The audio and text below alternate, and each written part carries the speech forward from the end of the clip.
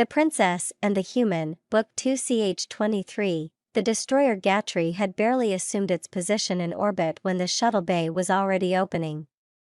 The landing vehicle, carrying Captain Jarkey as well as a few others, separated from the craft and began moving toward the planet. The Admiral himself had given them permission and orders to forego all normal procedure, giving them a special code that allowed the captain to act above his usual authority. As such, no messages were exchanged with the sector control outside of said code, and a short comment, "No spaceport, be it regular or military," was marked as the destination. Instead, the shuttle headed straight for the Star Palace. On the one hand, the captain understood the idea behind this order, saving time. After all, it was for that very reason that the Gatry, one of the faster ships in the fleet, had gotten sent ahead. So far, so good. On the other hand, however, all these breaches of protocol felt excessive to Jarkey. They were, by now, multiple days ahead of the fleet, so was half a day sooner or later for the Princess to get the report really worth all of this? The vessel shook as it entered the atmosphere. The Gatry had launched them from a position in high orbit, from where they basically only needed to travel diagonally down in order to reach their destination. The shaking stopped after a while, and he could feel the brake thrusters spring into action, steadily slowing down their descent. Some more time passed until finally, the pilot informed them that they had landed. A slight hiss was heard, then the door opened. Jarkey stepped out and took a deep breath. It felt good to finally breathe homie's air again after spending quite a long time on board his ship in space. The rain was rather heavy today, but it didn't really bother him at that moment. "She is? I had announced my arrival not even a day ago." It seems like she sees this matter as just as urgent as Admiral Mirtan. He entered the palace, following the servant. Another one stood beside the door and handed him a towel. The captain took it and quickly wiped his body without slowing his pace, then he gave the cloth back. For his entourage, it was the same. It was the first time for Jarkey to enter the Star Palace. He knew about it, obviously, but seeing the interior in person was a sight to behold. He would have loved to spend more time observing the various art pieces bought or gifted from other Alliance members. Maybe after he had given his report, the walk was short and soon they reached a small conference room. 4 people were waiting for him inside, one of them, of course, being the Princess. "My greetings, Your Highness. Jarkey of Clan Jarayon, Captain of the Gatry, at your service," he introduced himself with a salute. She gestured for him to sit down, which he promptly did, all while quickly eyeing the other 3 people sitting across the table. 2 of them, sitting left of the Princess, were children? Older ones from what he could see, but children nonetheless. Their presence was odd, considering the fact that the topic of his report was rather classified. It was probably all right, after all, Her Highness herself was clearly permitting it, and they also both wore a sash in the princess's green. In the end, he opted to merely find it odd and quiet without voicing his thoughts. The final person on the table was not a Vannery. That had to be Lady Nadine. Jarkey had only heard about her briefly, and all he knew about her kind was that they may have some relation to the latest happenings on Eroas. What exactly this relation entailed was something he didn't want to spend any thoughts on. Jarkey got his datapad out and began his report. First point, the tunnels. After your departure, most of our manpower was spent on investigating those. The tunnel systems turned out much bigger than originally estimated, branching out in all directions and deep underground. According to Lady Kikla, those used to be the 4 biggest mines on the entire planet, the Princess interjected.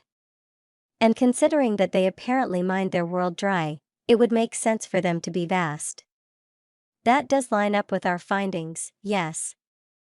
Deeper inside, we found various ways of transportation that, while most of them were still functional, weren't in good shape. Many tunnels were also blocked, though it was difficult to tell whether they had caved in or were deliberately sealed off. Mining equipment was scarce, and most areas we found seemed to have been repurposed into some form of quarters, albeit with a very low standard of living. Even by commoner standards.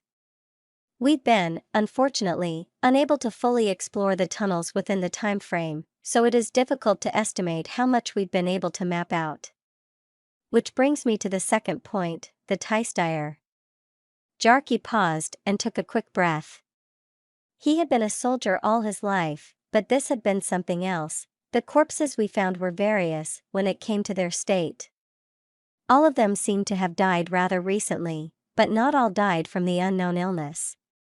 Some died from external wounds, both accidents and fights are possible explanations. As our time was limited, we stopped counting after a few thousand. Seeing as all entrances to the former mining facilities had been locked, we've reached two plausible conclusions: either the dead had fallen ill and were quarantined inside the tunnels, or the population hid in the tunnels from, for example, an outside attack, and during that, the illness broke out. By the time we had to make our way back, we had not found any survivors. Jarkey did his best not to look at the two children while he talked. The rest of the report consisted of minor details regarding the findings, as well as a map of the tunnels as far as they had been able to explore them. Not many questions were asked afterward, and after transmitting the report, he was dismissed. Silvani quickly reopened the report on her own datapad. They were thorough with the tunnels considering their limited time, she stated before turning to Falpiine and Ryaikin. Judging by their demeanor, the report had been a lot to take in, to put it mildly, but with this as a basis, the expedition force will have a solid basis. That's pointless, Nadine interrupted without looking up. Her voice sounded a bit strange compared to yesterday. Agitated, what do you mean? Look at this. Look at how deep they went. What are the odds that even deeper, someone is actually alive? In an enclosed space with a deadly disease running rampant? Then, what would you do? The princess inquired. They need to focus on the surface, obviously. My uncle already did that, too. He didn't know what to look for, Nadine immediately said before the last word was even fully out of Silvani's mouth. I've completed my instructions for the expedition, and with a more steady line of communication and fewer time constraints, they'll be able to find clues he overlooked. Those might be also in the upper levels of the mines. But I doubt going deeper will be the right way to go about this, she explained. She still hadn't looked up once. And I just got another idea, she continued, tapping the datapad and opening the estimated timeline of events. I mean, here's what we know. All 5 warships the Tystri had left got destroyed. The Splenier, or a different ship with the same tech, arrived on the planet. A mutated version of a human disease, likely the common cold, rapidly spread. So far, no corpses were found outside the old mines. As it stands, I think it all comes back to the Splenier. Who has her? Where did she go? Nadine put the datapad back onto the table, still not looking up. We need to speak with her again. We have to know the essential necessities of the Tystri and what the best ways to obtain them are. That's all I can think of right now. Thank you for sharing your thoughts, Silvani nodded before turning to the other two. I also want you to think about this matter. Write down anything you can come up with, even if it at first sounds minuscule at first. Send it to me by sundown. The two didn't answer, merely giving a confirming gesture. Then, Falpiine guided her brother out, leaving only her and Nadine in the conference room. Is everything all right? Silvani inquired once they were alone. You seem a bit beside yourself today.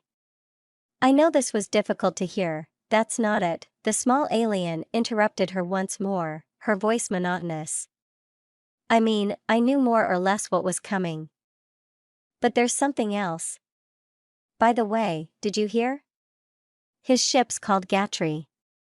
Funny coincidence, isn't it? Coincidence? In what context? Clan Gatry is simply Wait, the princess stiffened as a thought crept into her mind. Say, does a Gatmer of Clan Gatry ring a bell? Nadine continued, I'm not familiar with that phrase you just, bullshit. You know from context what I mean. It was the first time today that Nadine had looked at Silvani. Her eyes were so narrow, they had become barely more than slits. Silvani began, but ultimately sighed. How much do you know? Significantly less than I feel I should. How come Kirteen never told me anything about some noble endangering his life? Sounds like something he would mention. Nadine's expression darkened further. Did you make this guy a scapegoat?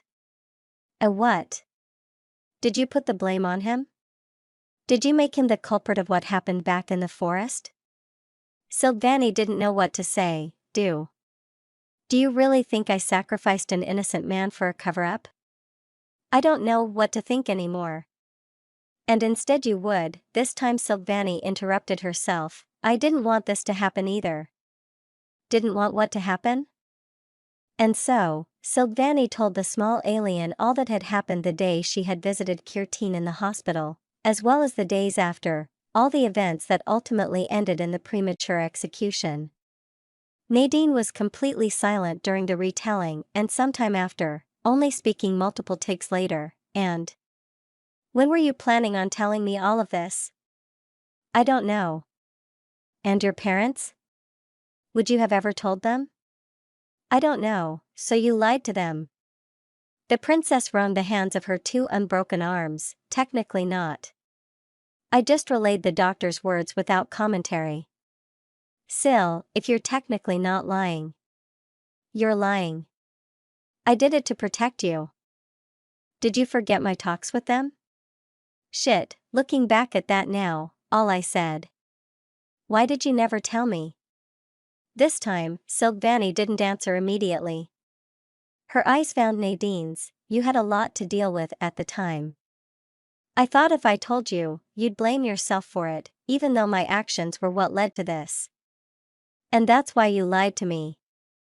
That hadn't been a question. Well, once you got better, it never really came up. And since things already were what they were, it wasn't really a pressing matter. And so you kept lying to me. It, once again, hadn't been a question. The small alien hopped down from her chair and walked towards the door. Wait. Nadine. She tried to stop her. I get how you feel, but I wanted to. Protect me? She finished the princess's sentence, stopping for a moment. A couple takes of silence passed before Nadine looked over her shoulder. Protecting and patronizing are two different things. She then turned back to the door and opened it. I'll complete my notes for the expedition. You'll have them by sundown. Then, she left. Silvani now sat alone in the conference room. She would spend quite some time like this,